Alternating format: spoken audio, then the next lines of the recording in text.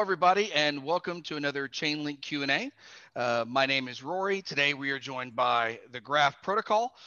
Tegan Kline and Dave Kajpust here will be joining us. They'll introduce themselves just shortly. First off, though, I want to thank everybody from the Graph Protocol community, the Chainlink, and the wider blockchain community for joining us today. Again, the goal of this Q&A is really just to allow the community to learn more about the integration between the Graph and Chainlink, exploring what makes this kind of unique, beneficial to both teams, and again, all the cool things the Graph is currently doing. The agenda will be about 20 to 30 minutes. It'll be a standard Q&A structure. And at the bottom of the video description, you'll see kind of all the links and sort of relevant information. So if you want to continue and find more, sort of deep dive into this stuff, you're more than welcome to. And if you have any questions, we'll have all our social channels for both the Graph and Chainlink, and you can hop in and ask us any questions. So without further ado, Tegan, if you wouldn't mind maybe introducing yourself, kind of what your role is, and sort of what you do with the Graph.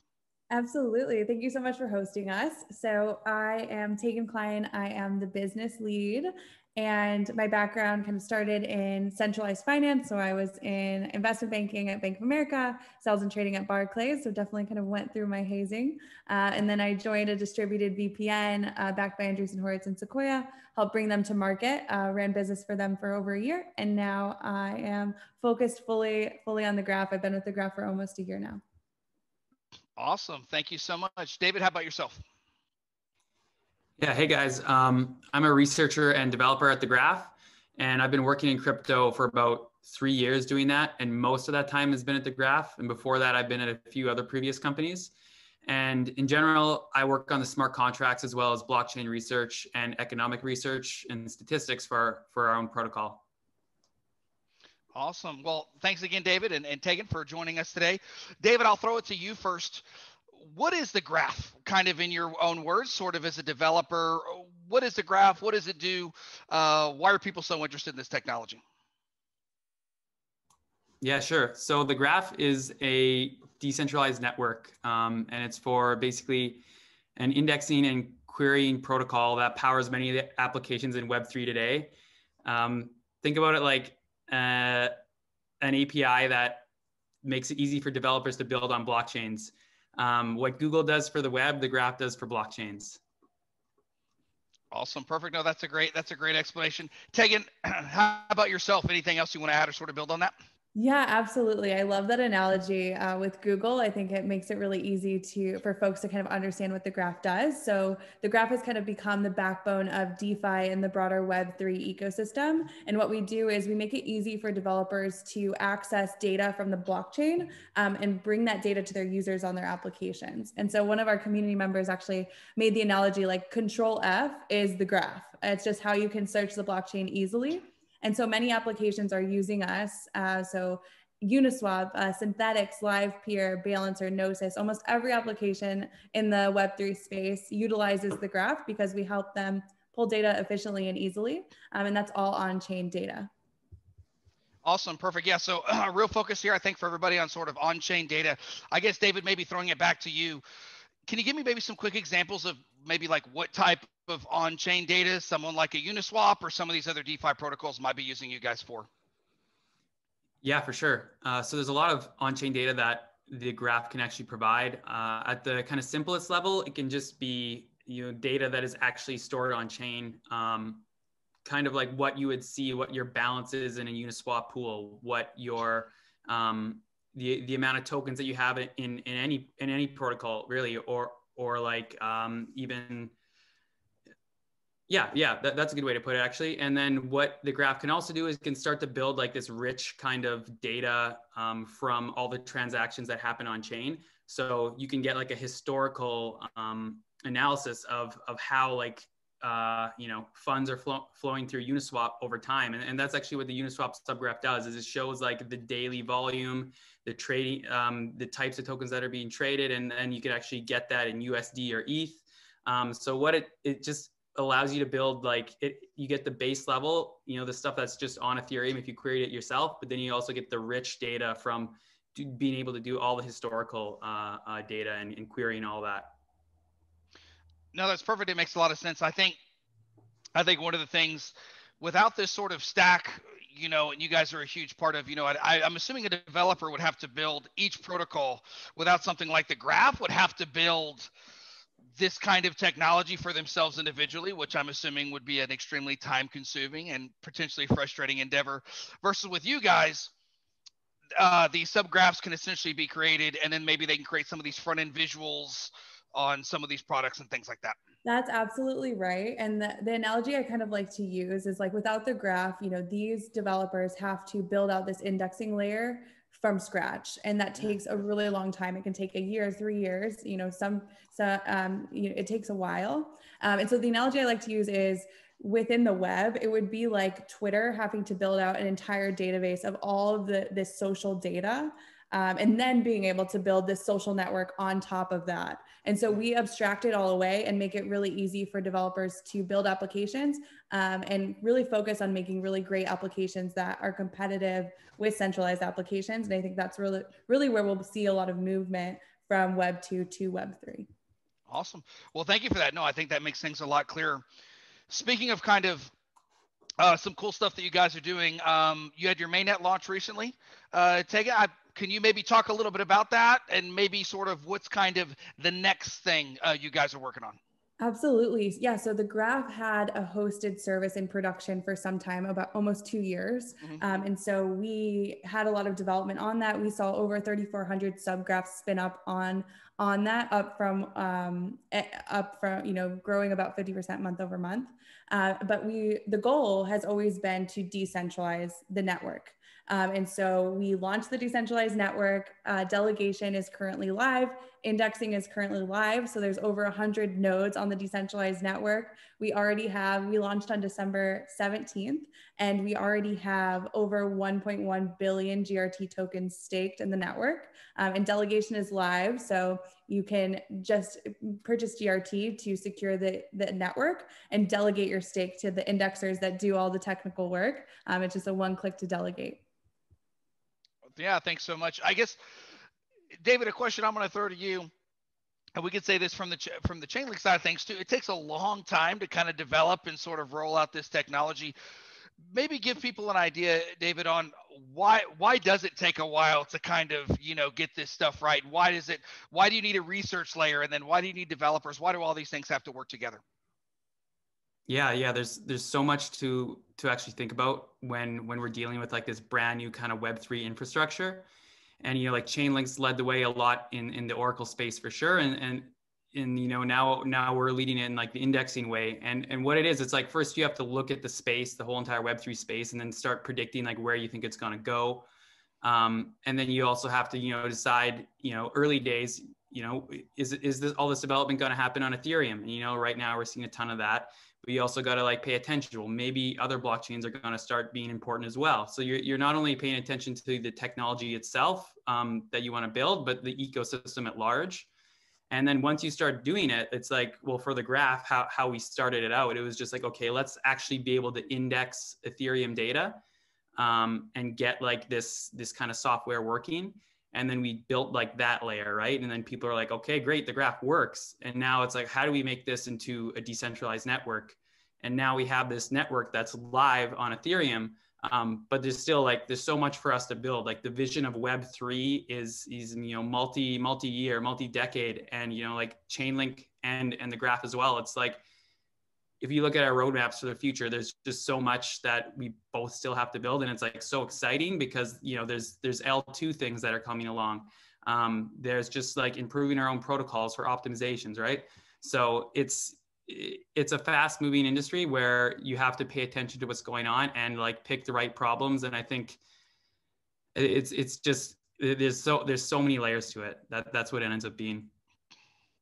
Yeah, I think it's I mean, both, you know, if you think of the time wise, obviously a lot of people focus on DeFi right now because that's what's hot, but that's about a year old, maybe a hair longer, a year and a half. So when you start looking at that, you're like, the graph has been working on this before there was DeFi as we know it today. And, you know, Chainlink was working on Oracle stuff before there was DeFi as we know it today. So it's interesting to say, you know, you're providing a solution to a real problem. And then lo and behold, because I think some of this infrastructure starts getting built, you see these projects being built in much quicker timeframes. I mean, I'm talking to teams where they go from the idea phase to production phase, which used to take years literally. And I'm seeing these teams sometimes weeks, days. And then they're mainly like, well, we're waiting on an audit.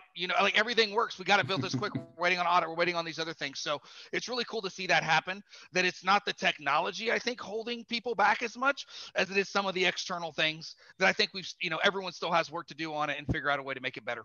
Absolutely. And I think it would be safe to say that I don't know if DeFi would have happened without the graph and without Chainlink. I think this infrastructure is so crucial, and it's only the beginning, and we're only going to see more and more innovation built within this ecosystem. And DeFi is just a small piece of the Web3 ecosystem. So I'm very excited to see kind of what the next wave is. Yeah, me too. I think it's so funny. I mean, from like 2016, 2017, where ideas were kind of king. And then now we've gone into this where it's got to work and it's got to actually provide sort of value. Whatever value means to whatever person, it's got to provide some value. And I think now we're at the stage where we're like, okay, these things work. How can we make them faster? How can we make them better? How can we make them more decentralized, censorship resistant? And so I feel like that's kind of our next sort of phase, is saying it works. Let's make it way better, versus before where it was just a scramble to like, can we get this to work? Absolutely. Excellent. We'll kind of transition to the next one. So we talked a little bit about kind of on-chain and off-chain. And I know there was a lot of questions. You guys had your mainnet, and I know I saw a huge influx in your community, which was great. People had a lot of questions about what is Chainlink, what is the graph, how are they the same, and how are they different? And so with this one, I think I just really want to take a moment to just kind of talk about that and emphasize on how they kind of work together, symbiotically here. So just on the Chainlink side of things, Chainlink is really focused on getting off-chain data on-chain. So grabbing those things like the price of a stock or a crypto asset, which may exist on an exchange provided by a data provider, and figuring out a way to get that into a smart contract. So again, I think we've scratched the surface in terms of what kind of data, really any type of data that's out there, and we're seeing kind of new ideas, but it's really off-chain to on-chain. And the graph, Tegan, from your perspective, it's kind of on-chain and then indexing that on-chain data, so it's a human being can actually understand what the heck's going on. Yeah. So basically the graph does on-chain data and brings that on-chain data to the rest of the world, where Chainlink does off-chain data and brings that to the blockchain. And so we don't do oracles, the graph doesn't do oracles, but because of our partnership with Chainlink, now all of Chainlink's oracle data can be indexed and queried via the graph. And so that's the way it kind of works together. Yeah, I think this is, it's one coin, but kind of two sides of it.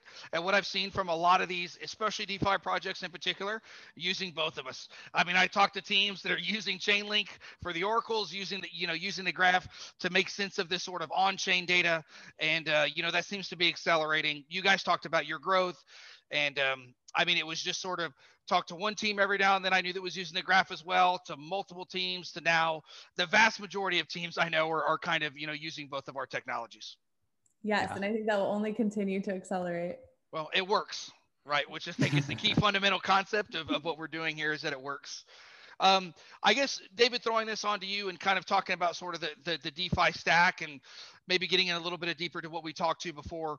Why do you need these tools as a developer to kind of exist prior to maybe building your project in order to be successful? Why do you think now we're seeing these projects turn around so quickly now that some of these tools exist? Yeah, great question. Even like, when I got involved in the space 3 years ago, it would be easy to look at some of the ambitions of these projects and think to yourself, well, how are they going to get there? How are they going to build all this by themselves? And it was really hard to visualize. Even like people who were like serious crypto people, it was like, there was discussion, will dApps ever actually work? And then when you saw how slow Ethereum was, you're just like, this is a really bad UX right now. And of course, like you looked at before we had oracles that worked, there was really no on-chain pricing. So everybody was trading on whatever Coinbase or something, right? So it's like, okay, what can you actually do on Ethereum? But slowly over time, like these things, Chainlink gets built. And then, it has a robust infrastructure for oracles. And then some project like Synthetics comes along, and then they realize, they're like, all right, well, maybe we can actually just use Chainlink. They have this problem solved. It gives like a bunch of relief for their developers to focus on their problem, which is a synthetic asset protocol. Then all of a sudden, something like the graph comes along and starts making it so you can actually look at blockchain data in an efficient, fast way, have it all indexed, make it much more rich. And then all of a sudden, the synthetics team can also kind of, let go of their people who have to focus on indexing all this stuff and let them and focus on the actual protocol itself. So when you get this kind of like compacting effect where Chainlink is solving the problem for everybody of oracles, the graph is solving the indexing problem for everybody, and now you have all these groups of people who are smart engineers, smart teams, smart business people who want to build something like a synthetic assets protocol or a decentralized exchange, and then they can just focus on that. And then all of a sudden their speed is so much faster at developing. Whereas before, like, in 2016, a lot of the teams coming to the table literally were trying to do all of this. So it is just a big team, fragmented, and is like solving all the problems at once. And it just wasn't, it's not as fast as what's happening now, which is with us out there in the world, it's making everybody's job easier. No, I think that's a great point. And I always think of someone like, Amazon, who we think of this juggernaut, but Amazon didn't build the roads. They didn't build the airports. They didn't build this infrastructure. They allowed something like the internet and technology to tie all these things together. And now we have this, massive company. But at the same time, I think a lot of these projects, 2016, 2017, you were building the road. You were trying to build the airport. You were trying to build all that before you could actually even build your decentralized exchange or whatever your product was. And so it was just, it was tough. And I'm so glad to see things are moving quicker. And I still think this is the very beginning. Speaking of the beginning, Tegan, let me throw this to you. Now that some of this is built, what is your prediction, kind of maybe for the future and sort of the Web3 ecosystem? What do you think is going to happen?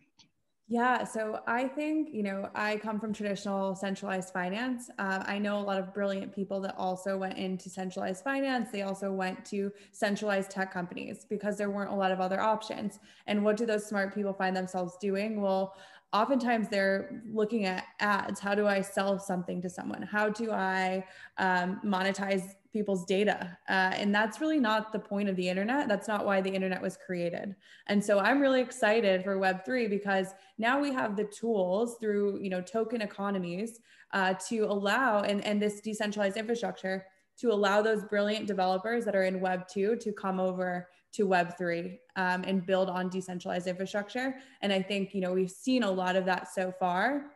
And I think like DeFi was a great example of this, but like I alluded to earlier, I think that process is going to happen like a domino effect. And I think, there'll be a snowball effect, and there's been a snowball effect into Web3 from Web2. And I think there's going to be an avalanche kind of coming into the Web3 space. So I'm really excited to see all the innovation that continues to happen, and for us to kind of flip all of Web2 onto Web3 via the graph, via companies like Chainlink. Awesome. David, how about yourself? What are you kind of expecting from, sort of Web2, Web3 here in the near future? Yeah. The way it's interesting to be, inside of, crypto and Web3 and see all these things kind of happen at once. And I think, if you look at this summer, maybe DeFi became, prominent in a lot of people's heads, even who are working in the space who weren't paying attention to it before. And it's like these things all kind of happen at once because you have technologies like Chainlink and the Graph that come along, and then a lot of people start using it, and then all of a sudden a lot of people are able to build protocols and they all interact, right? So what I imagine is going to happen, we are still really early days. Most of the people who understand Web3 are people who are building in the space. And so what I think will happen is like, we're going to have maybe two more of these moments where it's like another kind of like really big jump in everybody's realization. Like, oh, wow, Web3 just made another jump and another jump. And Web2 is like, to me, is very like stagnant. Like it's there, those big companies, they're monetizing through ads and stuff, and, they're making lots of money, but like it's a global group of people who are working on different protocols, but really like towards the same end. So like when I think about the way that that's going to happen, it's like so many people working around the world at different times and different teams. And it's just, to me, it's going to be like all of a sudden big, huge steps where we see Web3 is, now it's, doing all this and it's on par with Web2. And then all of a sudden, okay, now it's doing things that are better in Web 2. And before we know it, like I think it'll happen. It's the kind of thing it'll just happen in a moment, like where we all kind of realize it. And it maybe not like it'll maybe not us, but like the whole entire world, even people who don't even know what Web3 is yet, they're going to start using it and they're just going to say, oh, wow, like this is a way better experience for the internet than what Web 2 was. Yeah, no, I mean, I think you bring some good points about that kind of wow moment, or that for me, it always happens to where, and I always throw it back to, you know, my parents or grandparents or whatever, whenever they start using some type of Web3 application without even realizing that it just works. It's the best thing that's out there, be it a decentralized finance app or a savings app or whatever it is. Like, that's how I know it's kind of like, okay, we've made it that next step, but then there's going to be Web 4. And so, like, to me, it's like the second you get there and you sort of get that kind of, okay, people get it, people see the value, I feel then there's that next group that's always pushing again and saying, what's the next iteration of this, you know, ultimately need to look like? Yeah, 100%. Well, as we kind of wrap up, or just recently wrapped up 2020, I guess, Tegan, I'll throw this to you. What are you maybe most proud of? It could be for yourself or at the Graph, maybe that either you or kind of the Graph team accomplished this year that you look back on.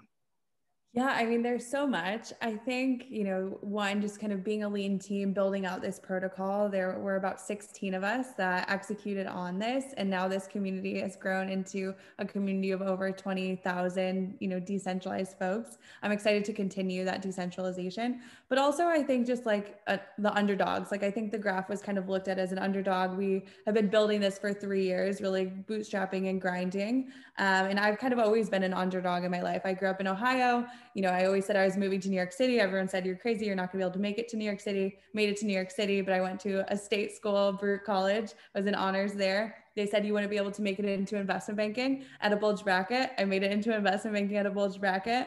And it's just kind of like been this story. And even just in crypto, I'm sure like a lot of the audience members resonate with this, because a lot of people called us crazy for believing in Bitcoin, Chainlink, Ethereum, the Graph. But, you know, here we are, you know, we made the right bets. And I think the Graph made that right bet on decentralization. And a lot of people criticized that. A lot of people wanted us to go the centralized route. And, you know, we pushed through when people didn't believe in it. It's only now that people are seeing that potential, you know, 3 years later. So I'm excited to kind of continue that on. And obviously there are a lot more centralized players that still don't believe. So I'm excited to turn them all into believers. Absolutely. One day at a time. David, how about yourself? 2020, looking back, what are you most proud of?